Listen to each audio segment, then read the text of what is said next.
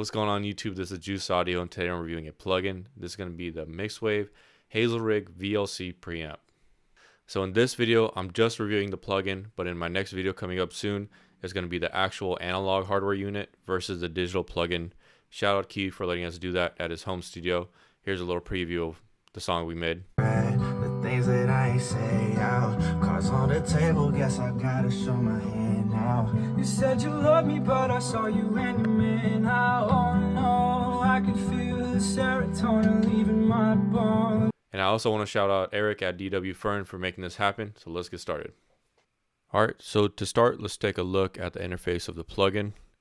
This is modeled directly after the analog hardware, and the analog hardware is all tube preamp. So over here we got the gain, the mic, line, and instrument inputs. These all have different tonal characteristics. We got a -20 dB pad, polarity switch, EQ in. Then we got our EQs here. These are going to be like Pultec style, so smiley face style. We got low cut, low boost, and high cut. And then the frequencies down here at the bottom are not labeled because they really want you to focus on what you're hearing and not what you're seeing. So only difference between this and then the analog hardware is that we also have input and output knobs, and then we also have a mix knob over here. So let's bring up some test tones, and so you guys can see what kind of saturation it's doing on Pro Q3. Let's start with 1K. So 1K here, this is clean. As you can see, there's no harmonics surrounding that 1K note. But once we introduce the plugin, let's start with line. Once we introduce the plugin, we have some even harmonics here. You can see on the line, they fall right there.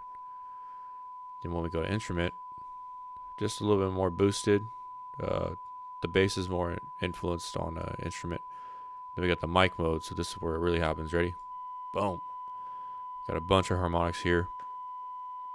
So these are going to be even harmonics from tube saturation, which really have a clean characteristic, and they're not overly done on this for sure. That's one thing they really talked about.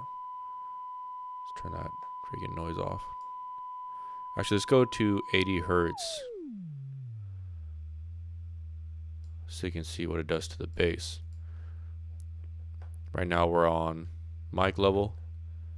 A lot of saturation here, but the thing is with this, when you boost, I noticed that the harmonics go up a lot, but when you go to line and you boost, the actual bass will go up. So this is something to do with the gain staging. I talked to the developer about this. He said based on how the mic is expecting a really low level input, the gain staging is completely different. So that's one thing to note. Line is really clean. Instrument has a little bit more going on here, saturation, but mic is the dirtiest. Alright, let's turn that off. So let's go through the drums here, starting with the kick. Oh, let's talk about what mics I use it on the drum set, just if you guys want to know. We got a kick in, which is Beta 91. We got a room mic, which is mainly Ref C. Snare top, SM57. Snare bottom is some random pencil mic I found.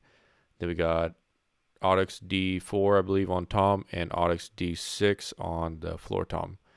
Overheads are AKG C414s, which I love, and those mics do everything amazing. So let's start with the kick.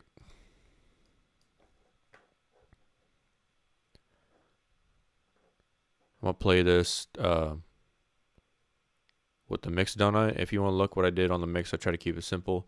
We got a gate, EQ, and compression. We've got no drive going on here on any of these console ones. So let's hear that completely raw first.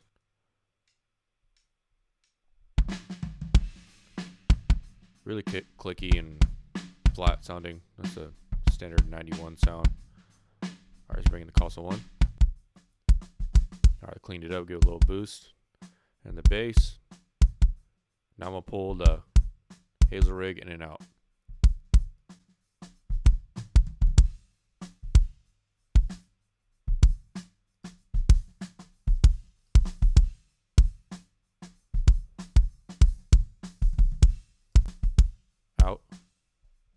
restart it. Here's out. In.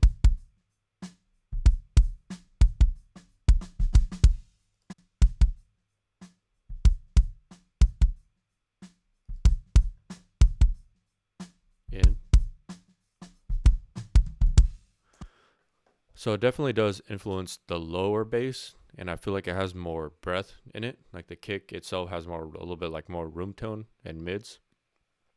It's definitely beefier and grittier, which I love a lot. I love saturation, like on anything, honestly, but especially on the drum bus.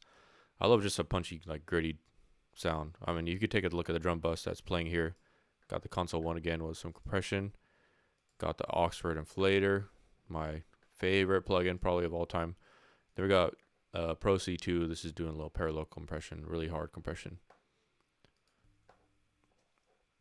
Let's take a look at the snare top. So the raw sound, horrible. Let's listen.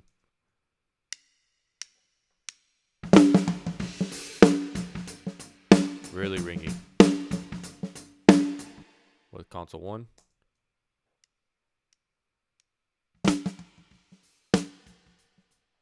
To get that ring out, kind of came in flat. Let's turn on the MixWave plugin.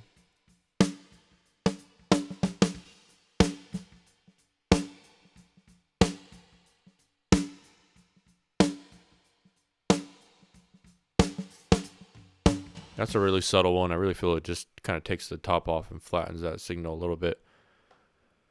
So those are two more important things. So let's go to the overheads here, because these have a really special sound. So let's see.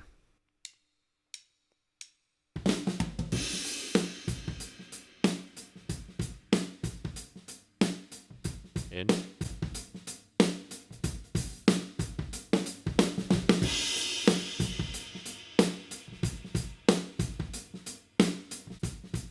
Out.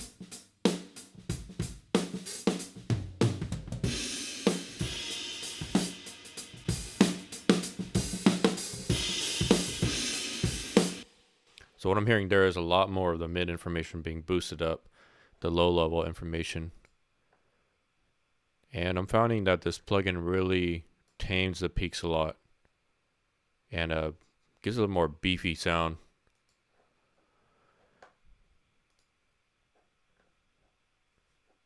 So let's run it back with everything again one more time so you guys can hear.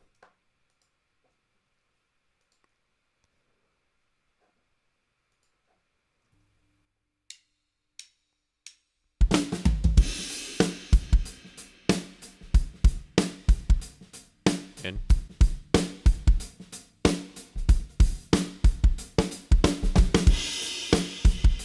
Out.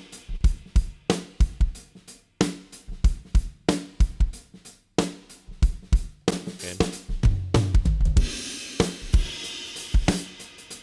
Yeah, so I'm definitely hearing a lot more mids and saturation in the mids. Some more aggressiveness too, which I really love. Let's mess with the drum bus so you guys can see how the EQ is sounding. Pull that up. Oh. Alright, let's fiddle around with this. So right now the drum bus is on instrument because on mic is a little too dirty, having the whole thing really cooked. Let's take a listen.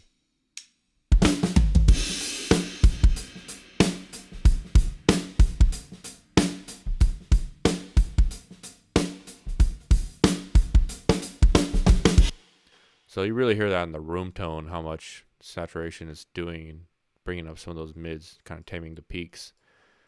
Let's put it on line so it's clean and you guys can just hear how the EQs sound.